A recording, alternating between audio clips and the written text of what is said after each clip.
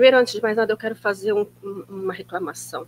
Como que me põe um vídeo desse? Depois a gente tem que subir aqui com a cara assim, toda, né, chorosa, que tem tudo a ver com a palestra, se a gente conseguir captar as mensagens, né? Mas deixa a gente balançada. Ainda bem que ela fez uma prece bem lenta, vai respirar bastante, né, antes de subir aqui. Hoje nós vamos falar, não sei porque não está aparecendo, mas é um erro meu na minha palestra, a mensagem, por alguma razão, não está aí. É Em Busca da Felicidade. E é um tema, assim, bem leve, né? Quem é que não busca a felicidade? Se tem alguém aqui que não busca, busque um psicólogo, porque você tem um problema grave, porque a felicidade todos nós temos que buscar, né? E é um tema leve, porque é gostoso, mas, ao mesmo tempo, muito reflexivo. Tem muita reflexão aí, exatamente como esse vídeo que nos trouxe muita informação, e você vai, né, mal assimilou uma, já vem a outra. Mas, e aqui também, talvez, seja a mesma coisa. E esperamos que ela possa trazer essa reflexão, porque às vezes a gente considera a felicidade de uma forma equivocada.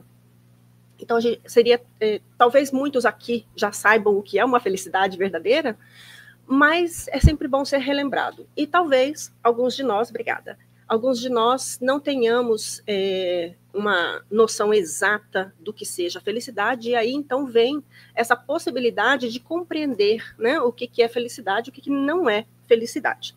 Então, a primeira coisa que nós podemos fazer é justamente falar o que não é a felicidade, antes de nós entrarmos no tópico felicidade. E às vezes a gente pergunta para a pessoa, você sabe o que é? Você é feliz? Você sabe o que é a felicidade? E de repente a pessoa te responde, não sei. Mas na hora que eu encontrar a minha felicidade, eu vou sentir essa felicidade. Será? Vocês já passaram pela situação de estarem morrendo de fome, vai lá, come, 5 minutos depois, você já está com fome de novo? Isso não era fome, era ansiedade. Então talvez o teu corpo esteja dando sinais que você não corresponde, que você não interpreta corretamente, ou o seu corpo está te dando um sinal equivocado. Um dos três, né? Então, primeiro passo é não achar que o corpo vai te dizer alguma coisa. Você precisa saber. Existem duas asas, né? Uma é do amor, mas a outra é do conhecimento. Se a gente não se conhece, se a gente não sabe das coisas que nós necessitamos, como é que a gente vai saber quando encontrá-las? Então, a felicidade, ela precisa ser compreendida. E aí, a gente vai fazer, então, uma diferenciação do que é felicidade, satisfação e prazer. Porque a felicidade é uma coisa, satisfação e prazer é outra. A satisfação e o prazer, elas estão ligados mais ao ter e ao fazer, e a felicidade mais no ser, né? Então, vamos segurar a felicidade mais um pouquinho. Vou dar uns exemplos aqui, eu acho que a maioria vai entender o que eu vou falar, né? Vocês lembram do tijolão? Aquele famoso telefone que parecia um tijolo e que você tinha aquela vontade, os mais jovens não vão entender talvez, né? Depois mais tarde pergunta. Ou talvez vai entender a partir do momento que eu começar a falar. E você carregava aquele tijolão com você, e, gente, era uma felicidade. Cada vez que você olhava aquela fila do orelhão e falava, ai, graças a Deus, eu já tenho meu tijolão para levar ele comigo. Era pesado, era incômodo, mas tudo bem, porque você tinha aquela tranquilidade de saber que você podia comunicar-se no momento em que você necessitava. Era caro e tudo, mas, né, era aquele prazer de comprar e depois, quando você o tinha, de tê-lo, porque que facilidade tinha na nossa vida. Vamos passar para os dias de hoje? Quem compra iPhone? Na hora que você vai comprar um iPhone, ele já está anunciando o próximo. Você tem prazer ou você tem ansiedade? Então aí a gente já começa a compreender que satisfação e prazer são coisas momentâneas, mas elas dependem da situação em que eu vejo essa situação. Porque se eu vou lá comprar algo que vai me trazer a dúvida, que vai me trazer a dificuldade, ela não está intensificando, porque ela não é felicidade, mas ela não está intensificando a minha felicidade. Meu sonho, comprar uma casa. Hoje em dia, você vai comprar uma casa aqui na Flórida, você tem que pensar 3 vezes, né? Primeiro, porque os preços estão altos. Segundo, porque tem impostos. Terceiro, porque tem seguro. Então, você vê que coisas que antes podia ser uma felicidade, agora elas estão mais trazendo ansiedade do que felicidade em si. E isso a gente está falando daquela felicidade que, na verdade, é satisfação e prazer, né? Então, é um intensificador de felicidade. E eu falo intensificador porque não é proibido nós termos coisas materiais, né? Antigamente, a gente usava muito aquela frase que é mais fácil passar um camelo pelo buraco da agulha do que um rico entrar no reino dos céus. Mas por que se falava isso? Porque quando a gente tem muita condição financeira, às vezes a gente se perde do objetivo principal que a gente está aqui na vida, né? Então, se a gente somar isso às facilidades materiais, a gente pode acabar tendo mais infelicidades do que felicidades. Mas não é de forma alguma proibitiva. Depende da maneira como nós vemos as coisas lá fora. Então, a expectativa do prazer, ela pode intensificar a nossa felicidade. O prazer em si de ter ou de fazer alguma coisa, ela pode intensificar a nossa felicidade. Não é felicidade, mas ela pode intensificar. Tem um outro inconveniente com relação, né? Então, essa questão da satisfação e do prazer, ela é um inconveniente para a felicidade, dependendo como a gente vê isso daí. Mas tem um segundo ponto, as crenças limitantes que a gente tem. O que acontece quando as coisas estão bem demais? O que a gente pensa? Bom demais para ser verdade. Ah, não quero nem ver logo ali na frente, né? Quando a esmola é muito, até o santo duvida, sabe essas crenças limitantes que a gente tem? E que fazem com que a felicidade, ela fique meio, não posso ser feliz.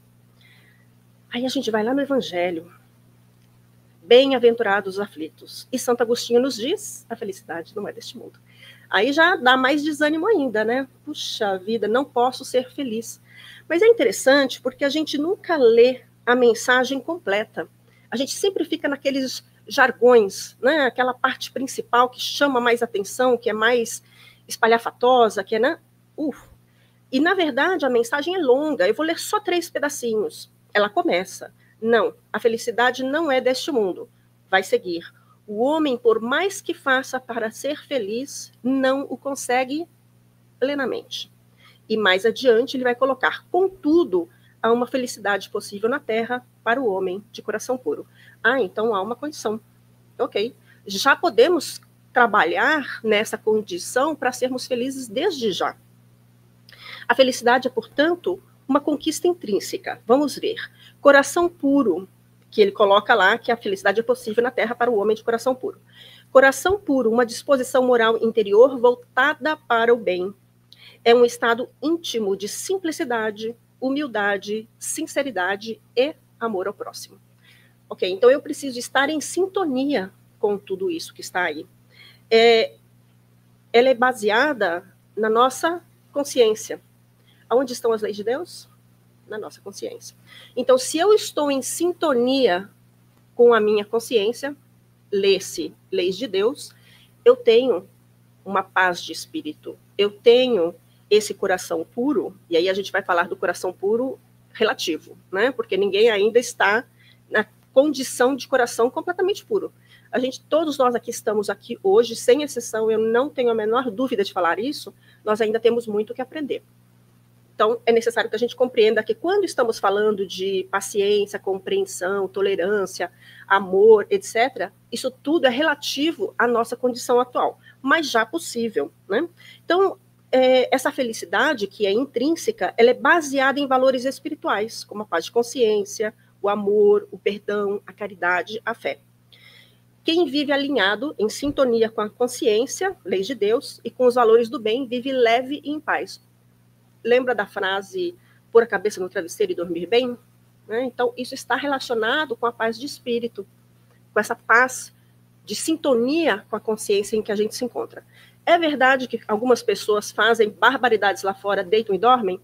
É verdade. Mas, provavelmente, elas estão com essa consciência embotada, cristalizada, não estão em sintonia com ela. E no dia que acordar, vai ser um pouco complicado, porque vai ser talvez de uma vez. E aí, né, não houve aquele processo de aprendizado e, portanto, vai passar mais dificuldade. Então, a tranquilidade interior ela é mais estável do que qualquer prazer ou conquista exterior, porque a conquista exterior ela depende do exterior, do que é que está acontecendo lá fora. E se nós olharmos para o mundo que nós estamos vivendo nesse momento, que há uma instabilidade impressionante, se nós não estivermos estáveis aqui dentro, nós vamos passar apertado. Porque cada vez que a gente ligar a televisão, a gente escuta uma coisa ruim. Cada vez que a gente falar com o vizinho, é alguém que está doente, é alguém com uma necessidade financeira, ou eu estou passando por uma doença, ou uma necessidade financeira, ou a minha família está passando. Então, todos nós estamos ou temos alguém próximo que está passando por alguma dificuldade. Então, se nós não conseguirmos lidar com essa instabilidade exterior, a gente até pode estar feliz dentro, mas ela vai ter aí a nossa intensidade dessa felicidade diminuída, a menos que nós estejamos muito seguros de nós mesmos, desses valores nobres de que nós estamos falando. A fé no futuro. É verdade que neste momento estamos passando por todas essas tribulações e nós vamos alcançar aquele momento de paz, tranquilidade. Não será hoje, talvez não será amanhã, mas vai chegar o momento, quem sabe ainda nessa vida ou na próxima, em que nós vamos ter essa circunstância. Então, prazer e satisfação é circunstância externa. Riqueza, status, tudo isso pode se flutuar tremendamente. Ela é passageira, né? Vai depender dessas circunstâncias exteriores. Então, Joana de Ângeles, lá no livro, até não coloquei aqui, o Ser Consciente, ela apresenta a felicidade não como um estado permanente de prazer ou ausência de problemas, mas como um estado íntimo de harmonia e paz interior. É, portanto, uma conquista interior e depende da maturidade psicológica do ser. Claro, porque a maneira como nós encaramos o exterior vai fazer com que a gente lide melhor com os sentimentos, as emoções que vêm aqui dentro de nós, né? E está ligado ao desenvolvimento de valores nobres, como amor, compaixão, resignação.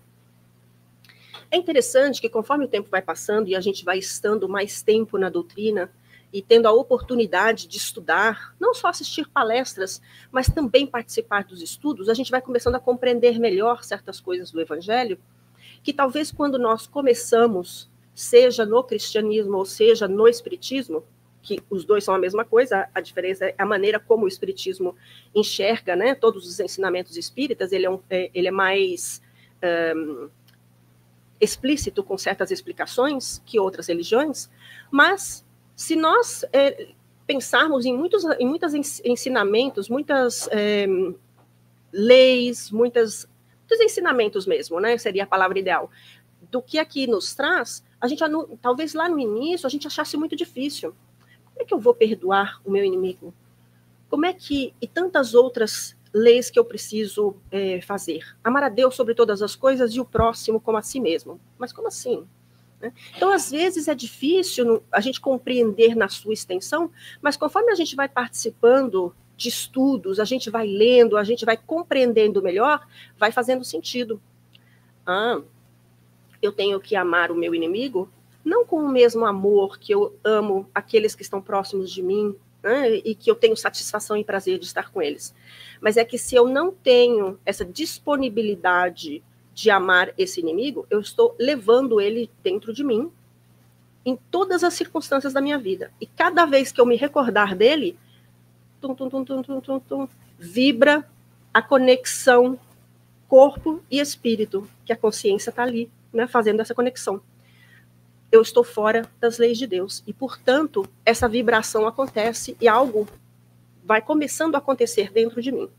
Quanto mais a gente sabe, maior é essa vibração quando nós não estamos sintonizados com a lei. Não sei se já aconteceu com vocês, mas lá atrás, quando eu comecei no Espiritismo, tinha assim, lá pela meia hora de palestra, minha primeira vez sentada lá no público, escutando uma palestra espírita, e a criatura vai e fala, se você já tem meia hora, já tinha meia hora, se você já tem meia hora dentro do Espiritismo, você nunca mais pode falar que não sabe. Agora você é responsável pelas suas ações. Nossa, parecia até uma praga. Meu Deus, já não dá nem mais para sair daqui.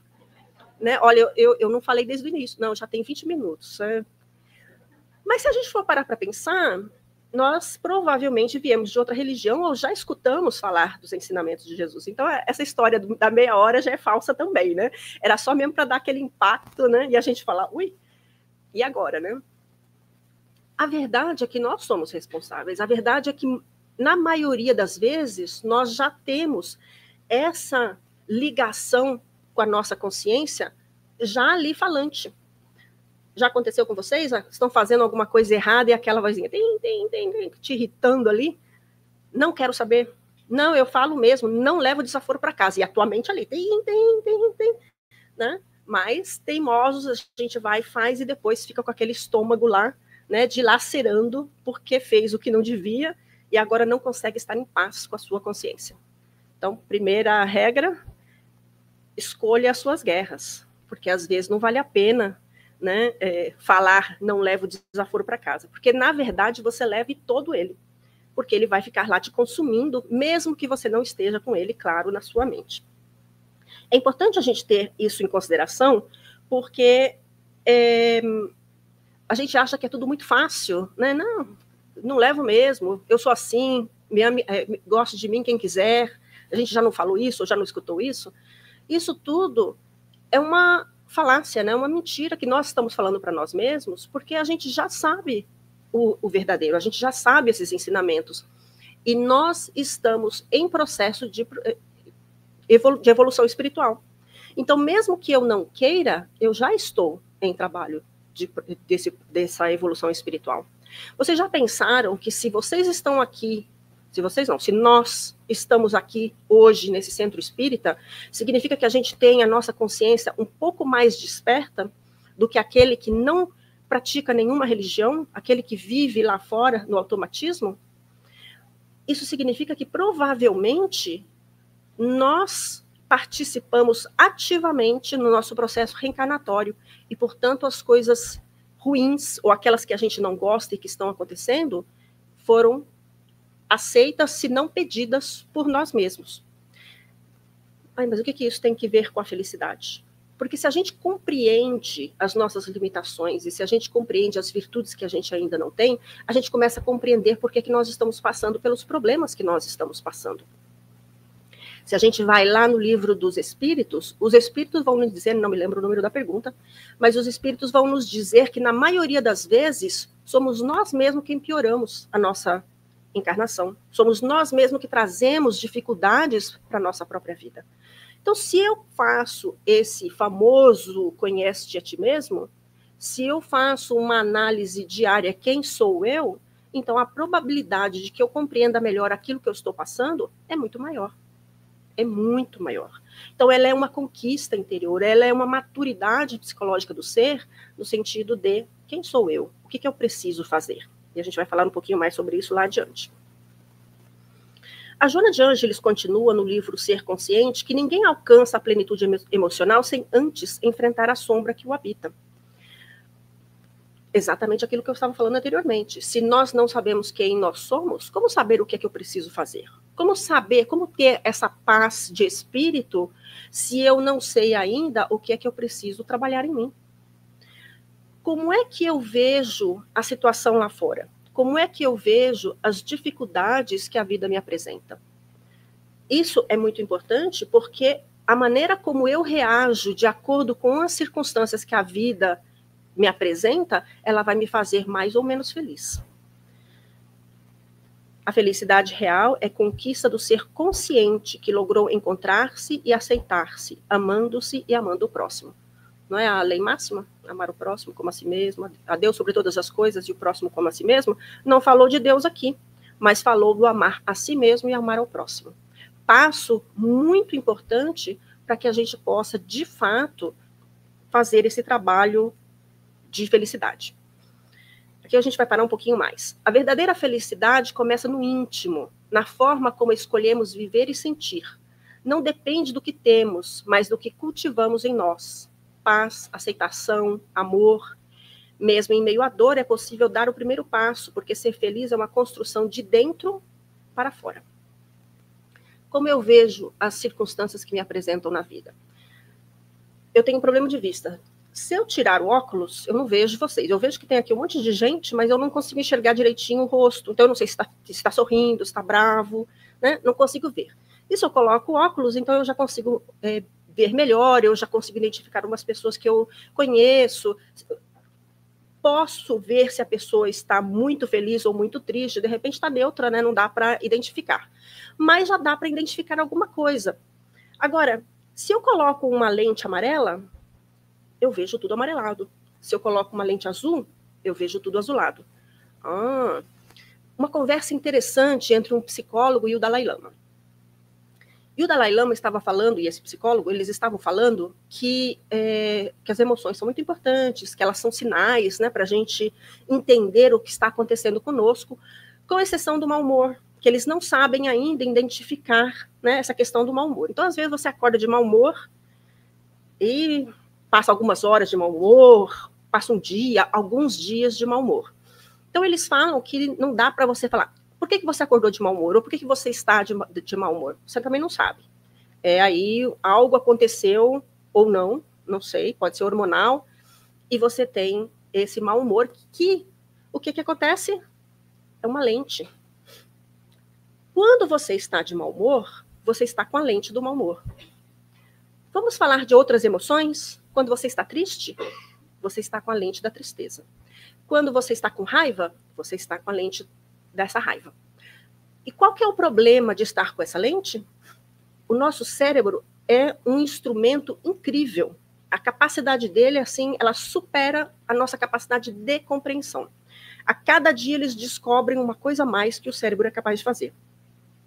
Mas o cérebro faz uma coisa que é a nosso favor e não é a nosso favor. Porque se eu estou com a lente da tristeza, esse cérebro vai focar em tudo que me confirma que essa tristeza é verdadeira. Se eu estou com raiva, o meu cérebro vai ver tudo confirmando que eu tenho razão de estar com raiva. Então eu preciso tomar cuidado, porque isso também chama-se percepção.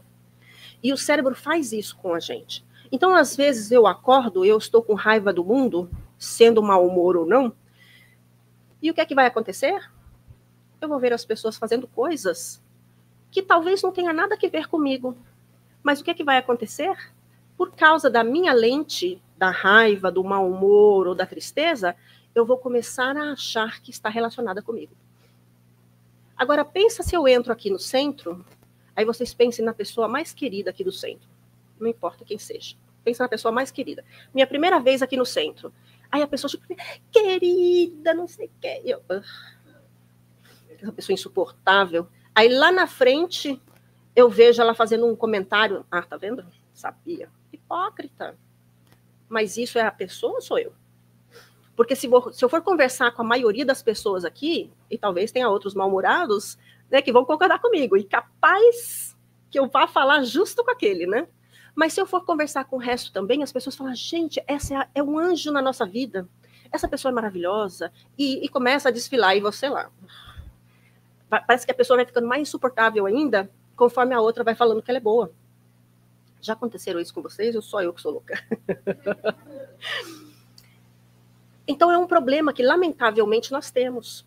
Mas que se a gente tiver consciência disso, a gente começa a prestar mais atenção. Peraí, mas por que as pessoas estão falando que ela é uma pessoa tão boa e eu estou fazendo aqui uma lista de coisas que desabonam a pessoa?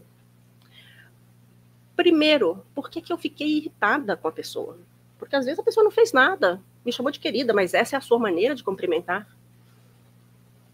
Por quê que eu me irritei? Eu me irritei porque a pessoa fez uma coisa que eu não gostei? Ou eu me irritei porque a pessoa está de uma forma que eu não consigo estar e que eu gostaria de? Ou porque a pessoa está fazendo uma coisa que eu não gosto, mas que eu também faço? Isso é conhecer-se a si mesmo. É olhar para a reação que eu tenho nas circunstâncias ao meu redor e identificar o que é que não está bem em mim, não no outro. Porque nunca foi entre eu e o meu próximo, sempre foi entre eu e Deus, ou eu e minha consciência. Porque Deus não julga ninguém, mas a minha consciência, esse é o meu maior inimigo. E esse pode ser o meu mais duro juiz, ou condescendente, ou leniente, de acordo com como eu trato o meu próximo. Ok. Então, tudo isso são informações importantes para a gente compreender melhor como é que é a minha necessidade de ser feliz. O que eu preciso fazer? Eu preciso estar bem comigo mesmo, mas também eu preciso estar bem com o meu próximo. Um dos maiores problemas que nós temos como ser humano é o relacionamento. É o relacionamento meu comigo mesmo, é o relacionamento meu com o meu próximo, é o relacionamento meu com a vida, com Deus, etc. Então, trabalhar esse relacionamento, ele é fundamental. Nós precisamos compreender melhor como eu estou me relacionando, principalmente comigo mesmo. Vocês já acordaram que nem você mesmo se suporta? Que coisa grave, porque você vai passar 24 horas do dia contigo. E se você não melhorar, você vai acordar no dia seguinte do mesmo jeito. Não é triste? Se você não está bem com você, como é que você vai estar bem com o seu próximo? Você casa com aquela pessoa maravilhosa, amor da sua vida, nossa, 2, 3 anos de casamento já está no inferno. Mas por quê? Não era o amor da vida há 2, 3 anos atrás? Por que agora é um inferno? Peraí, vamos analisar a situação. O que aconteceu aqui? É verdade que uma parte da responsabilidade é minha e é verdade que uma parte é da responsabilidade do outro. O que é responsabilidade do outro, eu não posso fazer nada. Mas deixa eu olhar o meu 50%, mas por que eu vou olhar o meu 50% se a outra pessoa não olha? Porque se você decidir se separar e você juntar-se com uma outra pessoa, adivinha o 50% que você vai pôr num relacionamento? Aquele que também não é bom. Então eu preciso olhar por mim e esperar que o outro tenha uma reação boa de acordo com que eu também vou melhorando. Se eu sou espírita e a pessoa que está comigo é espírita, é verdade que eu tenho um pouquinho mais de expectativa com aquela pessoa. Mas eu tenho que ter uma expectativa maior comigo primeiro. Como é que eu estou agindo? Agora, se eu estou num relacionamento que eu sou espírita e o outro não é, que expectativa você pode ter dele ou dela se a pessoa não é espírita e não tem a compreensão da mesma forma que você? Quando casou, já não era espírita? Então, né? O que eu posso mudar em mim para experimentar a verdadeira felicidade? O que eu posso mudar para que eu seja mais paciente, mais amorosa, mais tolerante, ter mais compaixão? Todas as virtudes que está lá no homem de bem. Esse capítulo Ser Desperfeito, a gente até vai falar um pouquinho sobre ele, se eu não me equivoco, mais à frente. Mas esse capítulo Ser Desperfeito, toda vez que eu vou fazer uma palestra, eu trago ele. Aí depois eu lembro, eu falo, nossa, a última vez que eu li o Ser Desperfeito foi na minha última palestra. Tá pouco. Tinha que ser, se não todo dia, pelo menos uma vez na semana, né? Dá uma olhadinha nele, porque cada vez que nós lemos sobre esses ensinamentos, a gente vai compreendendo um pouquinho mais e percebendo como que a gente pode implementar na nossa vida um pouquinho mais também. Mas aqui eu trouxe 4 pontos, né? Aqui uma receitinha de bolo, mais ou menos, do que eu posso fazer para mudar, o que eu posso mudar em mim para experimentar a verdadeira felicidade. E o primeiro dele, mudar o foco de fora para dentro. Epa, peraí, não era de dentro para fora? Como é que agora é de fora para dentro? O foco. Porque o que acontece? É verdade que a mudança é aqui. Mas a maneira como eu reajo àquilo que está acontecendo do lado de fora é o meu foco. Quem anda de bicicleta sabe que quando você está andando de bicicleta, se você ficar olhando para o meio-fio, é para o meio-fio que você vai. Você pode, assim, até ser como é que fala, né? O que dirige a bicicleta. Quem anda de bicicleta talvez saiba disso. E quem anda de bicicleta muito bem, talvez consiga andar mais tempo olhando para os lados. Mas, invariavelmente, precisa dar uma olhada para onde vai. Então, isso também funciona para nós, como espíritos em processo de evolução. Para onde que eu estou olhando? Isso é muito importante. Porque se eu não estou olhando para onde eu quero ir, a probabilidade é que eu vá repetir o erro daquele para onde eu estou olhando, daquele para quem eu estou olhando. E qual que é o problema disso? Todos nós aqui passamos por dificuldades na nossa infância. O pai pode ter sido maravilhoso, a mãe pode ter sido, assim, a mãe. Não interessa. Todos nós passamos por trauma. Isso é conversa de psicólogo. Não é não. Existem 2 tipos de trauma. A gente fala que um é o trauma de ter grande e o outro é o trauma de ter pequeno. O que é isso? O trauma de ter grande é aqueles grandes traumas, aquele que você teve um acidente de carro, todo mundo morreu, só você que ficou vivo, ou que alguma pessoa muito querida no carro morreu e você está lá, né? Por que que eu fiquei e o outro foi? Ou então você passou por uma experiência de assalto que foi assim muito violenta, ou emocionalmente muito difícil de atravessar, enfim, uma guerra, participar de uma guerra, passar fome, não ter onde dormir. Eu estou falando isso de criança, tá? Não como adulto. Não que o adulto não tenha trauma, mas a questão da criança eu explico já logo mais. Todos nós passamos por situações como essa de trauma, não de trauma de ter grande. E o trauma de ter pequeno são aquelas pequenas coisas que fazem com que a gente não se sinta confortável. O pai foi um pouco mais estrito, e aí se você tem uma personalidade muito sensível, esse estrito já começa a ser mais do que talvez deveria ter sido para você, não para a situação.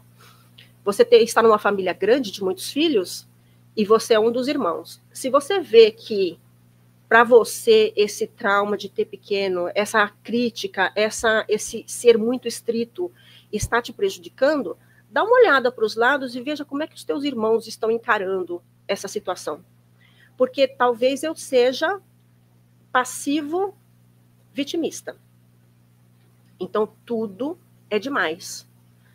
É a minha personalidade que eu tenho dificuldade de manejar essa firmeza, não essa rudeza, essa firmeza. Mas talvez eu possa ter alguns irmãos que sejam ativos e determinados. Não, é estrito comigo? Não, mas eu vou vencer, eu faço, eu aconteço. E vai lá e tira de letra. Ou com alguma dificuldade, porque talvez é estrito demais, com alguma dificuldade, mas dá conta. Ou talvez eu seja ativo, rebelde. Vou fazer tudo o contrário. Né? E peita ainda por cima. Então, a maneira como a gente encara a situação da vida, ela faz uma diferença imensa na maneira como isso vai refletir comigo no crescer. Porque se eu sou passivo e vitimista, o que é que vai acontecer? Eu fui bully da minha infância toda, as pessoas me fizeram muito mal, não que não tenham feito, tá? Não estou julgando a situação, mas que se eu sou passivo vitimista, eu talvez esteja olhando com uma lente mais sensível do que talvez ela devesse ser. E é importante a gente avaliar isso, né? Então, tudo é difícil, tudo é um problema. Então, o mundo lá fora passa a ser perigoso. As pessoas, a gente não pode confiar. Vocês são de família em que as pessoas lá fora estão para nos fazer mal?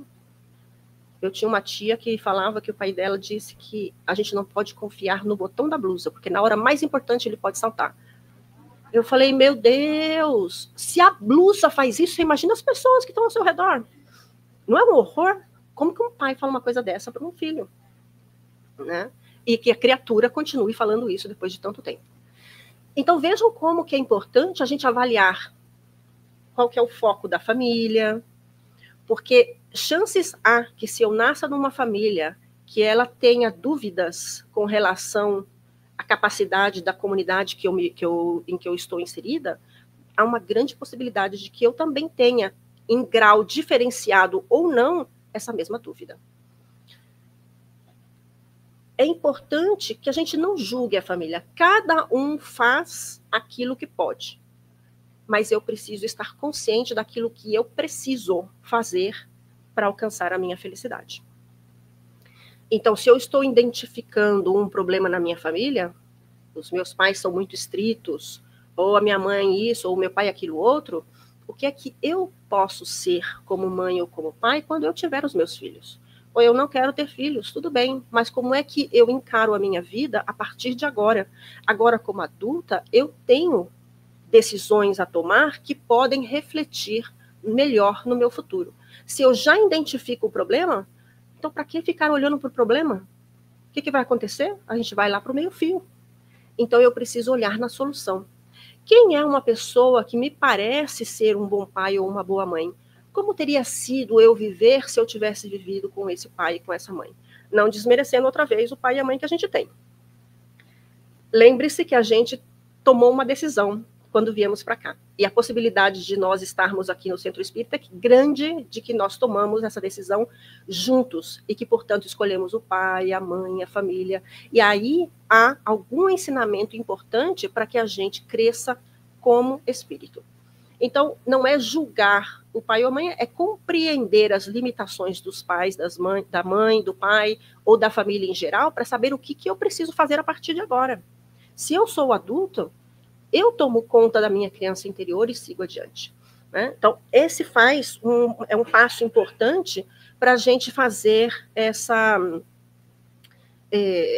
amadurecimento psicológico, de compreender a vida com uma lente mais amorosa, mais tolerante, mais piedosa, saber perdoar, né? Porque é difícil a gente perdoar quando a gente vive dentro de uma lente de raiva, de ódio, né? E que coisa horrível a gente carregar todos esses sentimentos de raiva, ódio, rancor, porque a palavra em si já não soa assim algo que está corroendo, né? Ódio, rancor, né? Isso está nos fazendo mal.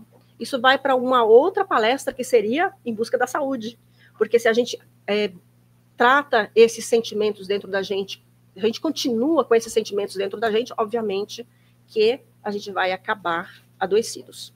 Então, para buscar a felicidade, primeiro, antes de mais nada, a gente precisa estar consciente do amar a Deus sobre todas as coisas e o próximo como a si mesmo.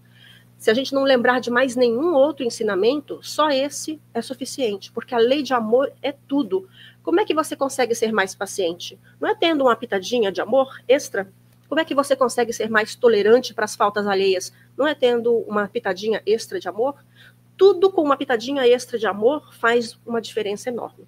Então, esse é o primeiro passo. Esquece todas as outras, se você não consegue se recordar, e fica com essa do amor, da lei do amor, porque essa é a principal, essa é a máxima. Todo o demais é resto de receita de bolo para fazer que o bolo fique mais gostoso. É uma canela aqui, é um não sei o que lá, qual que é o bolo que você gosta, então é um ingrediente extra que foi colocado, porque a base do bolo é uma só. E se você não tiver aquilo, você pode colocar o que você quiser, chocolate, vai ficar só chocolate, porque se não tiver a base, não é um bolo, né? Então, isso é bastante importante. O segundo ponto, nossa, falei um monte, ainda estou no primeiro. Autoconhecimento, esse é rápido. Reconhecer suas reações. Então eu não posso mudar o foco se eu não me conheço. Então não basta só olhar de fora para dentro. Primeiro, e talvez ele devesse estar como primeiro, né? É reconhecer quem eu sou, o que é que eu estou vendo lá fora, para que eu possa fazer os reajustes aqui dentro. Então o foco é muito importante, mas o conhecer-se é ainda mais. Domar as paixões e impulsos. Aí nós vamos encontrar, corrijam-se se eu estiver equivocada, no Livro dos Espíritos, que ele fala do corcel selvagem, né?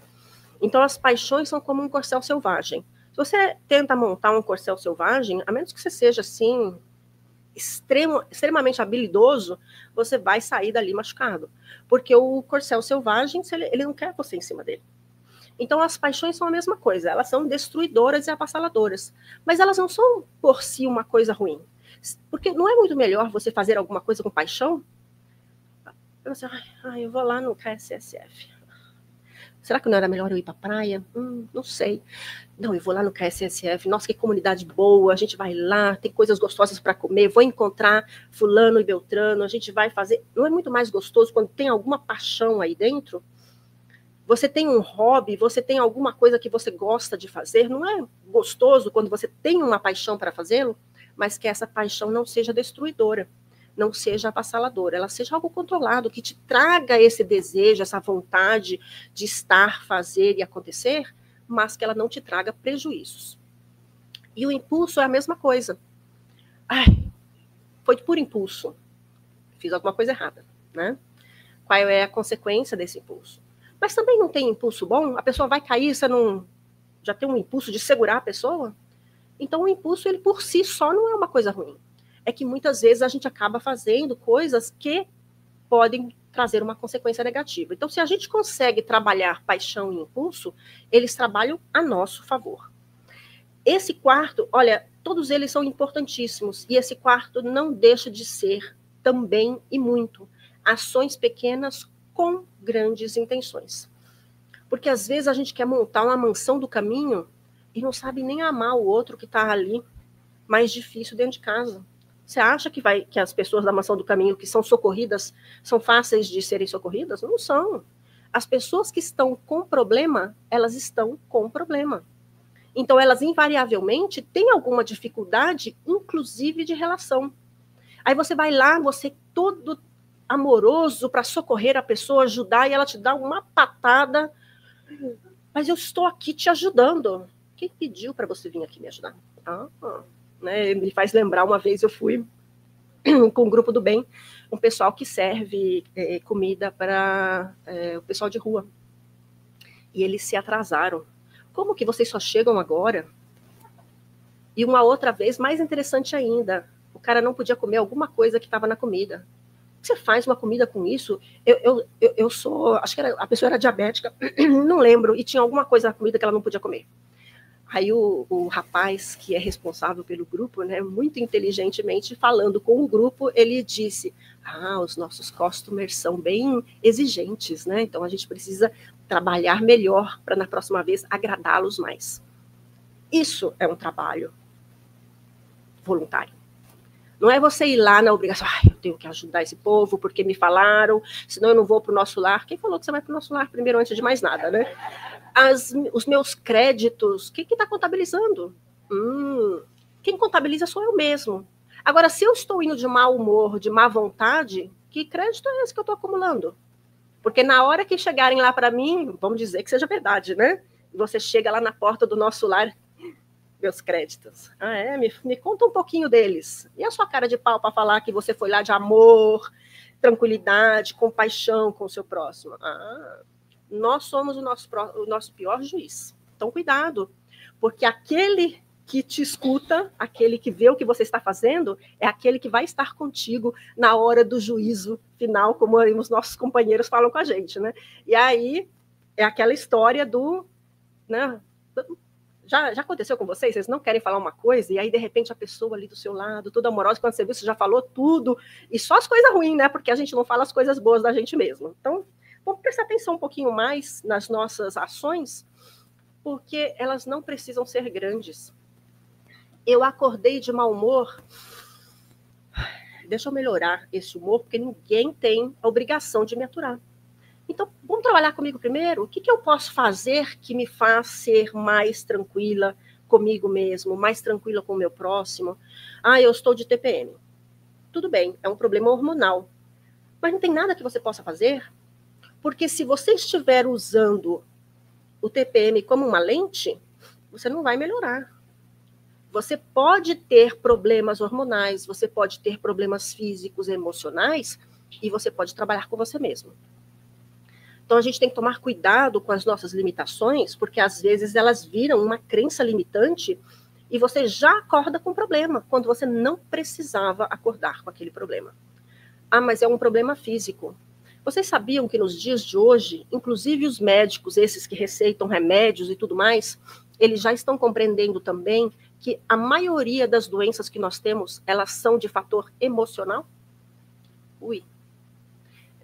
Quem conhece o Dr. Décio Iandoli, né, ele faz palestras excelentes. Aí ele fala pra gente que essas pessoas chegam aqui e vêm falar para mim que tem uma úlcera nervosa.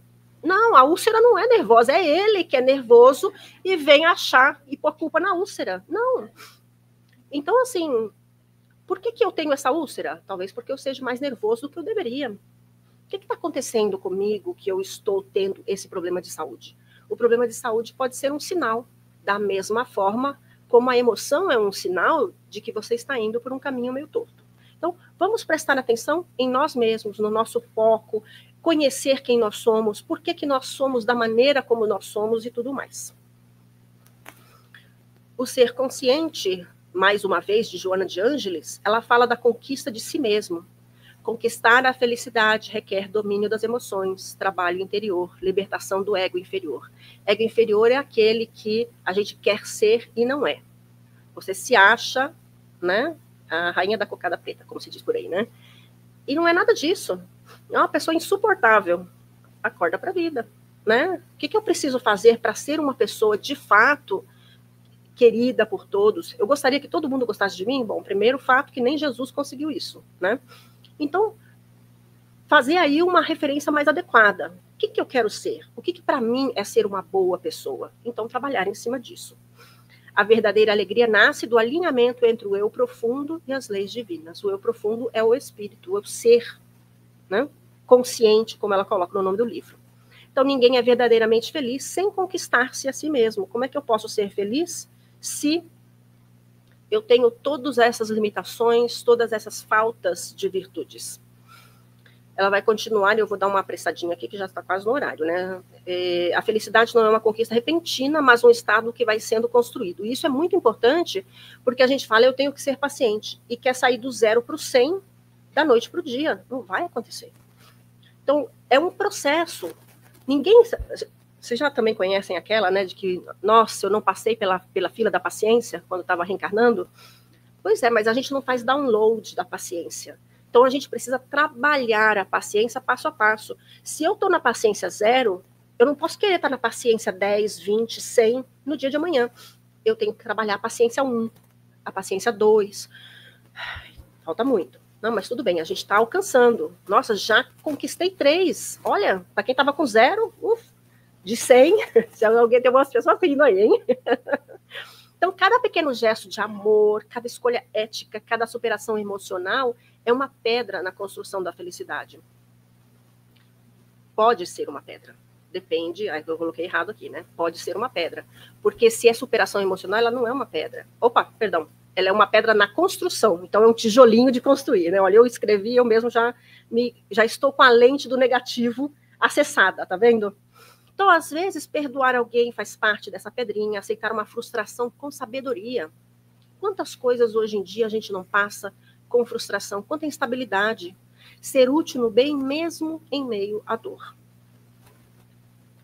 Aí nós temos uma mensagem do Vida Feliz, que também é muito importante para a gente, como um resumo aqui, para a gente poder fechar, né, nosso estudo de hoje, do Divaldo Franco, pelo espírito Joana de Ângeles. Mais uma vez, a Joana de Ângeles, já deu para perceber que eu gosto bastante da Joana de Ângeles, né? Ela tem uma visão psicológica muito atual. E aí eu aproveitar até antes de fazer a mensagem, tirar um pouquinho essa questão do Joana de Ângeles é difícil. Não, ela tem um vocabulário diferente. Mas quando você começa a ler, talvez você encontre alguma dificuldade pelo vocabulário. Mas ela tem uma coisa fantástica de professora. Você lê o primeiro livro, no segundo livro ela está falando sobre o primeiro livro. Então, ela é o primeiro livro mais 1. O terceiro livro é o terceiro livro mais 1 e mais o 2. Então, isso vai assentando. E quando você chega lá pelo quinto, sexto, você fala, nossa, estou entendendo tudo. Que maravilha. E é verdade. Então, não desanimem, leiam. E se puderem fazer em grupo, melhor ainda. Porque é tão bom, é tão rico, quando cada um dá a sua visão, a sua percepção daquilo que está sendo estudado. Então, vamos lá. A tua felicidade é possível. Crê nessa realidade e trabalha com afinco para consegui-la. Não a coloque nas coisas, nos lugares, nem nas pessoas, a fim de que não te decepciones. A felicidade é um estado íntimo, diferente do bem-estar que a vida digna e sem sobressaltos proporciona. Mesmo que te falte dinheiro, posição social de relevo e saúde, podes ser feliz, vivendo com resignação e confiança em Deus. Com resignação, porque nem tudo vai ser como a gente quer. E com confiança em Deus, porque na instabilidade em que nós estamos vivendo nos dias de hoje, é difícil a gente ter uma felicidade permanente. Mas se nós tivermos confianças de que hoje eu estou passando por um desafio, e essa palavra eu gosto bastante, eu tenho procurado utilizar bastante na minha vida, ao invés de falar problema e obstáculo, desafio. Porque quando é um desafio, é algo para ser vencido. Então, se eu estou passando por um período de dificuldades ou de obstáculos, então eu estou passando por um período de desafios e de aprendizado. Aí sim, essa é a confiança em Deus. Então, vamos ser mais espíritas, exercer o nosso espiritismo no nosso dia a dia. E o que é isso? Nada mais é do que pôr em prática tudo aquilo que nós estamos estudando aqui. De que adianta a gente vir aqui num domingo, escutar uma palestra e passar a semana no automático. Então, de vez em quando, rever alguma mensagem, recordar de alguma palestra, ler um livro que nos tragam muitas coisas que vão nos fazer compreender melhor a vida. O Entre a Terra e o Céu é do André Luiz, correto? Adoro os livros do André Luiz. E se você pegar o André Luiz e a Joana de Ângeles, eles falam a mesma coisa, óbvio, eles falam a mesma coisa em situações distintas, mas que colocadas duas juntos, meu Deus, é tudo que você precisa saber. Então, vai aí uma propaganda, né, de fazer um pouco mais de estudos na casa. Vocês têm bastante estudos aqui, aproveitem e levar, né, para a semana aquilo que a gente vai vendo nas palestras e nos estudos, porque sem exercer o espiritismo nas nossas vidas não adianta nada, né? Não pode ser espírita de carteirinha, né? Não é só esquentar a cadeira, tem que realmente pôr em prática, porque a gente está vendo a instabilidade que está lá fora. As dificuldades na vida, eu não gosto de ser pessimista, mas a realidade é que as coisas ainda vão ficar um pouquinho piores antes de melhorar. Porque é verdade que nós já entramos no mundo de regeneração, mas nós estamos naquelas primeiras horas. Então, a sensibilidade nossa está aumentando porque a capacidade de compreensão também aumentou. Nós já sabemos muito, mas nós não estamos sendo capazes de colocar em prática tudo que nós já sabemos. Então, está havendo uma falta de sintonia entre o ser físico e o ser espiritual. Diga-se leis de Deus ou diga-se consciência. Então, é importante que a gente faça esse trabalho. E se eu não consigo fazer ainda trabalhos voluntários, tudo bem, mas vamos considerar que a família também é um fator fundamental no nosso processo de aprendizado e que se a gente tiver um pouquinho mais de paciência, tolerância, compreensão, aquela pitadinha extra de amor, não só eu vou me sentir melhor na família em que eu estou, como eu vou compreender os ensinamentos que elas têm aí. Tá? Então, a cada um de acordo com o grau de capacidade para exercer no seu dia a dia. Que o Senhor nos ampare e nos inspire para que isso tudo seja verdadeiro e que a gente consiga cada dia estarmos mais firmes, né, nesse trabalho de aprimoramento pessoal. Muito obrigada.